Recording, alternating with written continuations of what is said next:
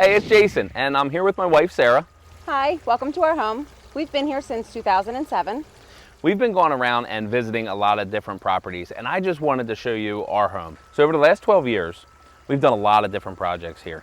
And I wanted to show you what we've been doing, some of the different projects that we've created, and how we've been living the lifestyle. It's our goal to help people design, build, and maintain their outdoor living spaces.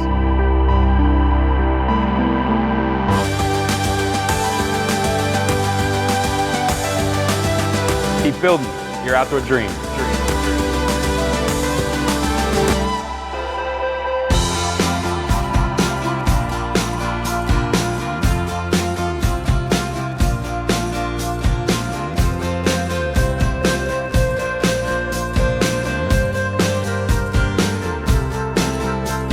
So at Turpin, it's really important for us to try things out before we install them for our clients. We've been in our house for 12 years, and we've done a lot of different projects around here, and we've been using our home as a testing ground. So I gotta be honest, when we first pulled up to look at this place 12 years ago, I wasn't thrilled. Do you remember that? I do remember that. You said that is going to be a nightmare. Yeah. What did you like about it at the time? Because I do know what I liked about this place. I liked that the house, nothing in the house except for the kitchen and the bathrooms were set. There was a possibility to change anything we wanted to inside, and we were definitely going to do so. Outside, I was a little worried because it was a mess. I think there was about 40 years of untamed wilderness living in the yard, in the woods, on the bank. Nothing had been landscaped, nothing had been maintained, but I knew that we could fix that at some point. Yeah, so the one thing that I actually did like about this place was the outside, because I just had a pretty cool vision. I knew it was going to be a lot of work, but I knew it was going to be a lot of fun as well. What's that line that you always use? It'll be fun, she said. Do you remember when we first pulled up here? You could barely see the front of the house. It was completely covered in overgrown shrubs. The grass was dead almost up to the front. This walkway did not exist. It was a concrete slab coming out the front door. There was no front walkway. You had to come on and off from the side, and the driveway at that time went all the way up to the house because they had converted the old garage into a master bedroom. Somewhat of a room. Yes, into an unfinished master bedroom. First thing we did was rip the landscaping out and put a walkway in. Once we got the walkway in, I feel like every story we do ends with Becky came in and made it look good by putting some plants in. But it was also important that I felt that we had some water, because we were just starting into the fountains back then. Aquascape was just coming out with some of their fountains. We had been building ponds and water features already, but we really wanted to start to create some different fountains that can really fit in. Just the sound of water is awesome. Smaller water features that can fit every household, landscape, and budget. What I didn't realize is how important it would be to the dogs. Yes, this is our continuous freshwater bowl for the dogs. They actually ring the bells to come outside. It's how that we train them to get a drink of water, not just to use the bathroom. But I just like how we got the sound of water right here by the front door if we are sitting on the porch, drinking coffee and all that. Putting the kids on the bus. This was kind of step one, right? Yes. Before we could do the backyard, we had to do a ton of excavation. Yes. And after we did that excavation, that is what allowed not just us, but Becky to have some more testing ground and creating some other areas. I think she had a fairly large testing area after we excavated. Want to go show them? Sure. Let's go check it out. Let's do it.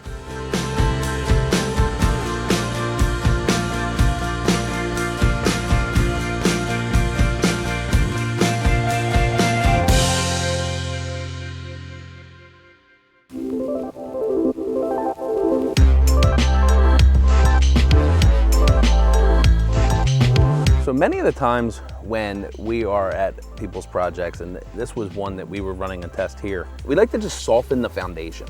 We don't always like to put patios or walkways or anything like that right up against the house. So not only do we feel that it's important to put things on radiuses like we did the front walkway and have some plantings on both sides, because houses are always so straight, the angles are always so straight, decks are always so straight, that a lot of the time when we can with landscaping or hardscaping, we like to put a lot of curves and everything on that, right? Yes. So one of the things that drove me crazy, but I knew it drove you crazy too. Yes. Was This driveway.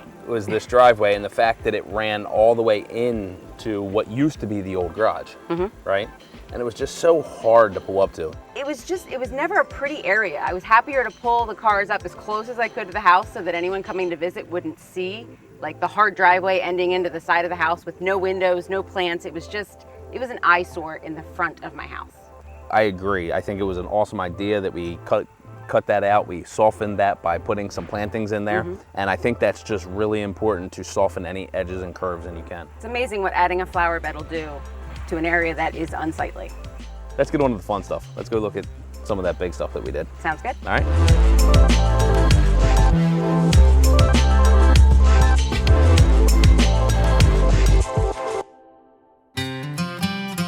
This was the big part right here, where we're standing now. When you first pulled in the driveway, the bank used to be about 5 feet high to the right when you pulled in. And where we're standing now, the soil used to be about 7 feet higher than what it is. So this is the part that I saw when we moved in. Because our backyard was so unusable, and our front yard was so unusable, I couldn't wait to take all of this soil, excavate it out, and put it in the back. But not only was it a bunch of soil, this was like a forest. This is where you were talking about hadn't been touched. You could not see the neighbor's house through the forest that was on the side of the driveway. But it was a forest of dying trees, neglected plants. It was absolutely hideous. So my concern was, yes, I hated the look of it and it was unusable ground, but I didn't want to see the neighbor's house. It was important for me to not only make the inside usable, but make the outside usable, because we feel like we have a design responsibility to others as well as ourselves to make things flow both inside and out, right? And when I was thinking about when we moved in and this bank was this high, how are we gonna do this? The backyard was unusable, and I knew that if we took all this soil and put it in the back, we were gonna be able to create something pretty special. Yes, and I completely trusted him because I could not envision it. We brought in some big equipment and we moved most of the major stuff, and the neighbors thought we were insane. They could not believe what we were doing. The one lady across the street is extremely nice. She's very into her plants. Just could not see how it was all going to come back together. So, I couldn't either, though. You couldn't either? I couldn't either. I trusted the design process. I trusted Chad and Jason and Becky to make this work, to make this property usable and beautiful. I know at first the plants were a little small. So when everything went in, there was nothing taller than me. I'm all of 5'2", and I'm like, Becky, I can see the neighbor. I can see the house past the neighbor. This is not going to work for me. And she assured me that it was going to take 3 years for them to fully meet their potential so that we didn't see everything else. And I'm like, 3 years? That's going to take forever. I don't have 3 years. We patiently watered and loved and tended and changed a few things here and there for color. And 5 years later, it's everything I could have ever dreamed for and more. So one of the coolest things that was important to us that we were creating and trying is the layering effect. Now we have a slope to our benefit here, but having some taller stuff in the back, some mid-sized stuff in the front, and then leaving us some room that we could create some awesome seasonal color throughout the year was the entire goal. Yes. And then underplanting some of those trees just for a little bit of a different dynamic and year-round interest. And then we also opened up this entire area for the dogs, the kids. Yes. And that was a big part of what we saw, was making sure that we had, because the front yard is very much on a slope, so having this area for the kids to run around and stuff was a huge part of the vision when we got this place. Yeah. But in order to do the backyard, which in a way we both wanted to do first, neither one of us are patient people. No. Or I'm not patient. Are you patient? I am less patient than you are. So in order to do the backyard though, we needed to do this first. We needed all the soil to build a backyard. Not only could we not get back there because of the bank, but we needed the soil, right? Right. But I do think we created something pretty cool in the back. So you want to go check it out? I agree. All right, let's go.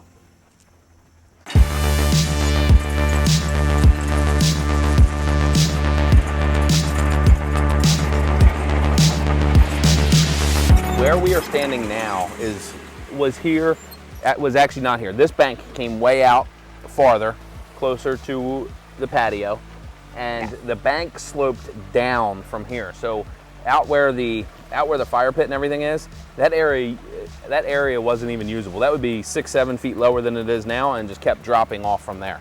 So none of this backyard was usable other than that. What was already here? Tell me about a death deck is what I called it. Death deck. It did not pass the home inspection. It had nails coming out of it everywhere, and it was literally falling off the side of the house. So you got about 6 or 8 steps past the deck, and then it was an ultimate drop off. There was no backyard. After we had done the soil, we had gotten some grass growing, we had gotten some plants in. We got this beautiful bank, and then everything just stopped. And I also felt a bit like a hypocrite, to be honest, because this is our testing grounds. I want to understand what I get asked all the time. What's pond maintenance like? What's it like when you have the fish in the wintertime? And that was the most embarrassing question. Do you have a pond? I got a whole bunch of them, just not at my house. So we dug the whole pond out. The area that this pond is actually all one. So when you see the pond, then what we call a land bridge. I'm standing on the land bridge now, and what that was for is because we're still under construction and we wanted to be able to drive back and forth. Plus I think land bridges look cool, but so this is actually all one pond. The fish are able to swim from side to side. But what we did is we excavated out and put the liner in, and then the homeowners came in, and in one day we pretty much just built the pond. It was important to me to get it in, yes, because I wanted one in my backyard, yes, because we're out selling these things and I felt like a hypocrite without it, but also I just think it is so cool what water features do compared to the other things. I like the hardscape, I like the landscape, but I absolutely love the water features. And the reason is it just brings, I feel like it just brings things alive more. My kids, instead of wanting to be inside playing video games, they are wanting to be outside, interacting with the pond, playing with the fish. Our dogs swim in it. Every time the kids' friends come over, the first thing they want to do is they want to feed our fish. So I feel like the hardscape and the landscape are so important to bring the lifestyle together, but everything should be, no matter how big or small you make it, it's the focal point. It's funny though, because my favorite parts about the pond are what's living in it. So you get the pond, right, and it's in, and it's cool, but it's the sound that you get, right? It's the plants that are going through the seasons. Around it. Yeah. All of it. So it's just the entire lifestyle, and that's why it was so important for us that's why we wanted to show you around, was just because it all comes together all at the same time. After the pond was in, well, I guess we need a place to sit, so we decided to get rid of the death deck and build a patio. But in true Turpin fashion, one patio is not enough, because everything seems to grow a little bit as we're doing projects, and that led into a lower patio with a fire pit. That one did not take much convincing at all. I was in right away. But as you work through these projects, you see more possibilities as you're building and expanding. So keeping an open mind is really a good idea. I used to go in and design really big patios that would fit everything on them. You would have your grilling area, you'd have your table, and you would have a fire pit and maybe a hot tub, and just all these different things all fit into one big patio. What I realized was everybody really congregates in different areas. Everybody hangs out by the grill.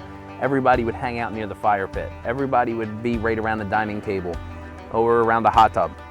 So there would be a ton of big open space in between that wasn't necessarily being used.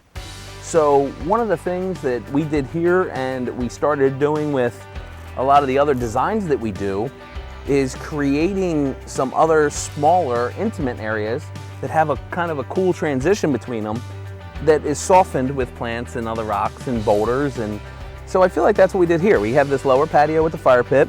We have some really nice little natural stone steppers with a little bit of a planting bed. And it's just awesome to sit down here a little bit lower. The sound of the water changes when you get down here. So depending on what's going on, we're able to just hang out with just the two of us, hang out with us and the kids and the dogs, or we can have a whole party because it allows you to do different things when you start getting into elevation changes. And the other thing that was really important is we kind of set the fire pit off to the side. And we don't necessarily use the fire pit a whole lot in the summer. We use it a lot in the spring and in the fall. And in the summer, we're usually hanging out up by the pond and in the shade and other things. So, but the kids will all come down here and congregate around the fire pit in the summer and eat when all the adults are on the top patio. So right. It works to have 2 different areas. Absolutely. If we know what we do in the summer, hanging out up there, we hang out here in the spring and in the fall, what are we gonna do in the winter? So my favorite place to be in the winter is in the hot tub. Let's go show them. Okay.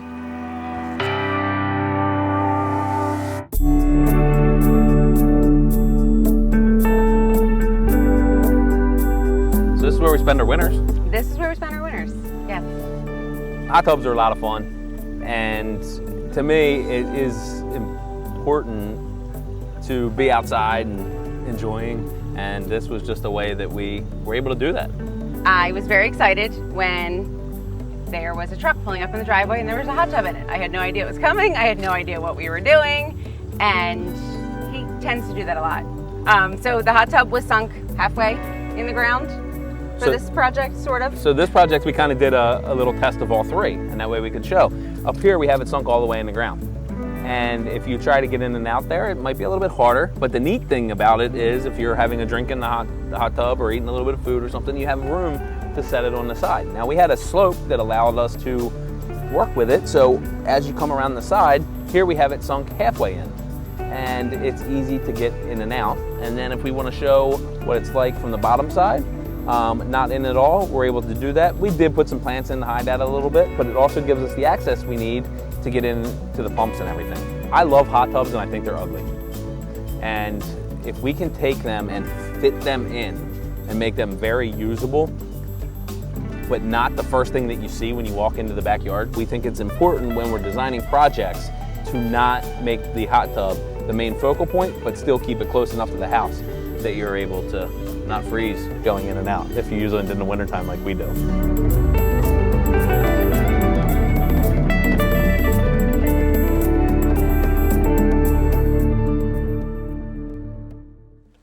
Buy a place, fix it up. It'll be fun, she said. It actually has been a lot of fun. It's been really cool. And another one of my favorite things is after we have kind of the bones of this thing in, we got the, all the things that you can talk about, meaning the pond and the patio and the fire pit and the hot tub and the landscaping. Then you're able to start to add some of the things that just really turn it into the outdoors that you dream of.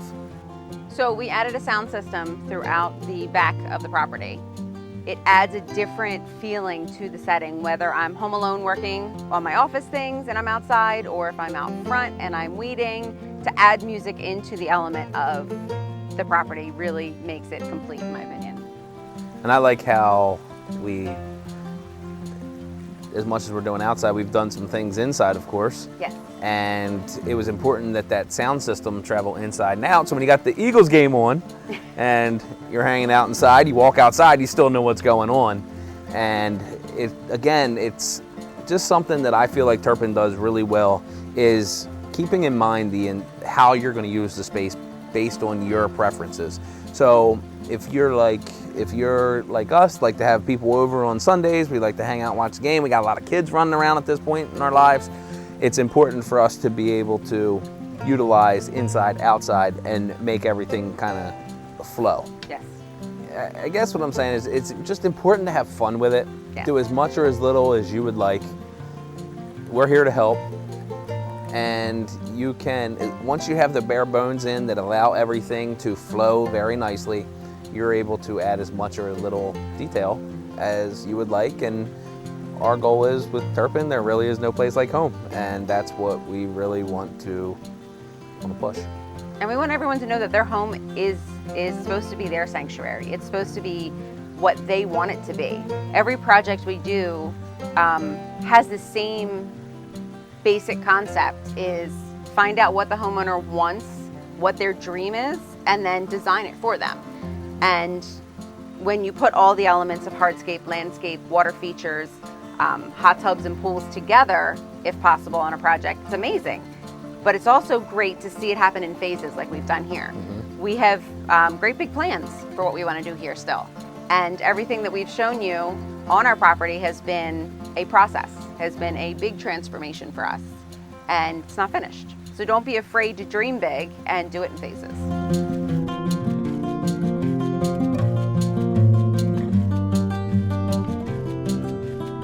Thank you for visiting our home. I hope that it gives you some ideas on what you can do at your home and gives you the strength to make choices that you need to make as you go through construction, inside and out.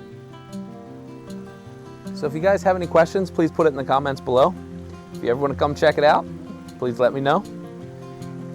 Please like and subscribe, and until next time, keep building your outdoor dreams. If you would like to start building your outdoor dreams today, contact Turpin Landscape Design Build.